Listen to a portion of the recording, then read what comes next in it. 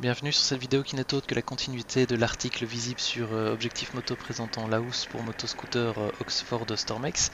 On la voit ici déployée sur une Yamaha MT-07 dans sa version large, version d'ailleurs un petit peu trop grande pour un tel modèle. Donc dans le cas d'un petit rosseur, on vous conseille de partir plutôt sur un M, mais pour tous ces détails, retour à l'article sur le site. Alors regardons peut-être en détail ce qui fait voilà, les avantages de cette housse, point par point. Donc commençons par ici les passages de roues prévus justement pour pouvoir passer facilement un cadenas en U ou une chaîne.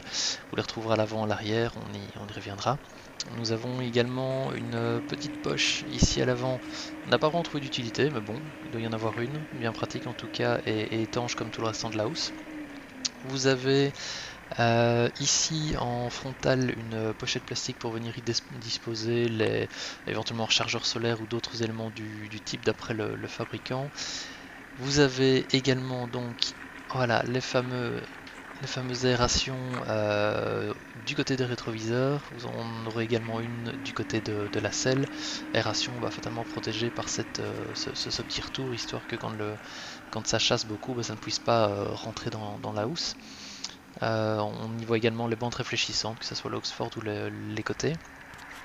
Alors en dessous de la moto, on a donc cette sangle qui vous permet de solidariser un peu le tout en passant sous la moto et en venant la clipser, ce qui permet vraiment de coller un peu mieux à la moto une fois la housse déployée. Vous avez fatalement derrière de nouveau le passage pour le cadenas ou la chaîne suivant les cas, donc avec des coutures assez résistantes. Oxford a également pensé à vous en mettant ici une pochette plastique pour venir y glisser les papiers d'identification de la moto, ou en tout cas une plaque d'immatriculation ou autre si vous devez la laisser sur la voie publique. Et pour finir ici l'aération côté selle, donc toujours les trous qui laissent passer l'air, qui s'engouffrerait par en dessous de la moto et peut ressortir ainsi un peu plus haut côté rétro ou selle et sortir un maximum d'humidité tant que possible.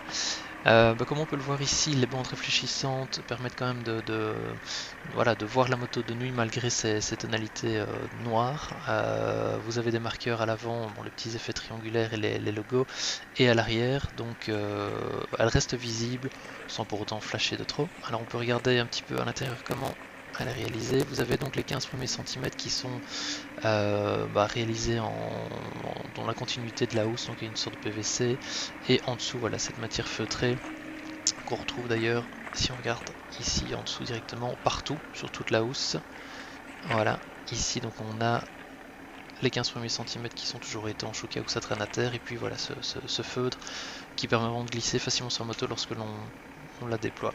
Pour la suite de l'article, je vous invite à nous retrouver sur Objectif Moto pour en savoir un peu plus sur ce que nous en avons pensé. A tout de suite.